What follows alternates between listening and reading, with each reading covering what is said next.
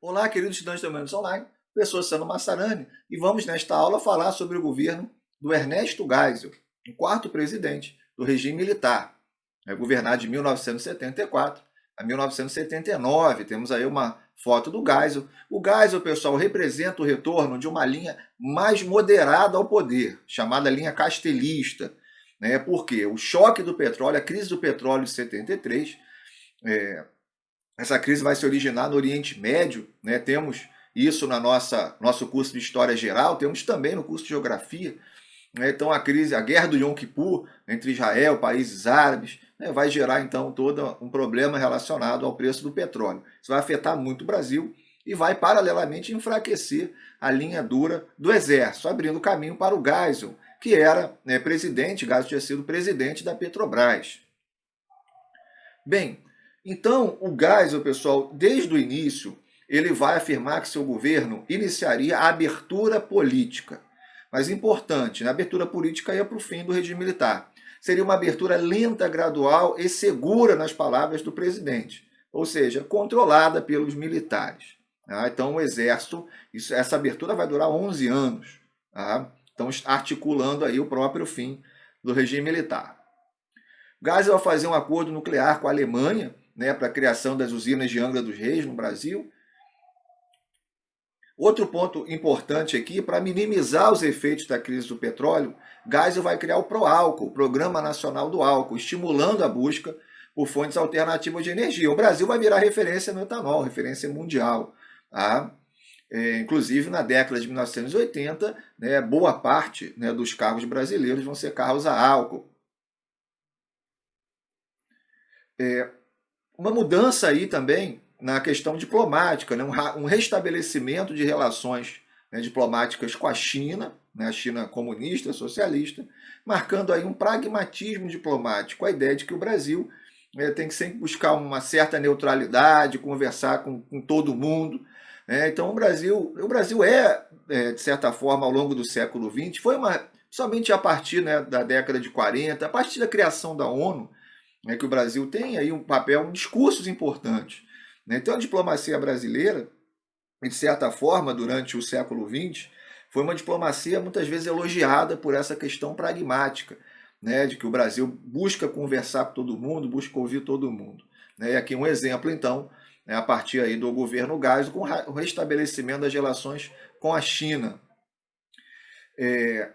Na época, pessoal, que a China ainda não era reconhecida como por vários países ocidentais. Bem, nós vamos ter, me arrisco a dizer, isso é importante, que o grande inimigo do Geisel foi a linha dura do Exército. A linha dura do Exército não vai aceitar o Geisel no poder e vai começar, inclusive, a intensificar algumas torturas, assassinatos, para fazer uma oposição e enfraquecer o governo Geisel. A gente vai ter os brutais assassinatos do jornalista Vladimir Herzog e do operário Manuel Fiel Filho, pela linha dura do Exército. Isso vai exigir uma resposta forte do Geisel, que vai vir. Ele vai destituir o general Ednardo Dávila, que era um dos representantes fortes da linha dura, vai ser exonerado, e ele foi considerado, de certa forma, responsável por essas mortes. Então, o Geisel ele vai combater a linha dura do Exército, de certa forma. Aqui já não temos uma censura tão intensa. O Geisel, principalmente para o final do seu mandato, ele já não vai ter uma censura muito intensa, os meios de comunicação já vão ter uma certa liberdade. Aqui temos uma foto do Herzog, divulgada inicialmente como suicídio, de forma bem evidente aí, não é suicídio, inclusive com pernas, enfim, considerado um assassinato do Herzog nos porões da ditadura. O Herzog foi, inclusive, chamado a depor na própria casa, ele vai de própria vontade e não volta. Bem, nós vamos ter agora um fortalecimento da oposição política. O MDB, que inicialmente é uma oposição consentida, vai realmente se tornar agora uma força. O MDB começa a eleger vários deputados, senadores, e aí isso vai exigir também uma resposta do Geisel. Qual foi a resposta do Geisel ao fortalecimento do MDB? Ele vai criar o Pacote de Abril. O Pacote de Abril tem várias medidas, vamos lá. O pacote de abril vai estabelecer os senadores biônicos. 1/3 dos senadores seriam escolhidos pelo governo. Então a população continuaria, de certa forma, votando para senador, mas 1/3 seria escolhido pelo governo. O mandato presidencial vai de 5 para 6 anos. Então o próximo presidente, João Figueiredo, vai governar 6 anos. Tá? Isso aí é para esticar ainda mais a abertura política. E ele vai reformular as regras da quantidade de deputados por estado no Congresso. Vai aumentar, de certa forma, a proporção de deputados dos estados do Norte e do Nordeste, que são bem menos populosos, mas são aliados do governo. Então isso modifica a política brasileira até hoje, essa organização do Geisel, no pacote de abril, onde nós temos estados com pouca população, mas proporcionalmente um número até alto de deputados. E nós vamos ter aí, a partir do ministro da Justiça, Armando Falcão, a Lei Falcão, que impede o discurso e o debate político no horário eleitoral. Então, no horário eleitoral só poderia aparecer o político, breves informações sobre a vida dele, algumas, enfim, pouquíssima coisa. Nem música poderia ter. Então, somente para constar ali que tinha um político se candidatando, mas não poderia ter o debate 10 e nem a discussão.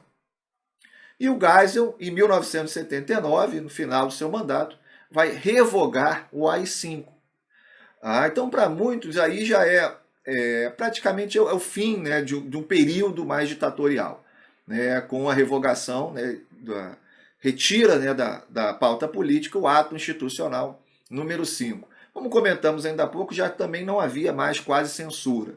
E o Geisel mesmo vai ter mais problemas com a linha dura do Exército. Mas a linha dura, que ainda vai ter um último suspiro no governo do Figueiredo, já estava em total declínio após a resposta forte que o Geisel vai dar. Então nós vamos nos encaminhando agora para o final do regime militar, o início da década de 80, e aguardo vocês então na próxima aula. Bons estudos!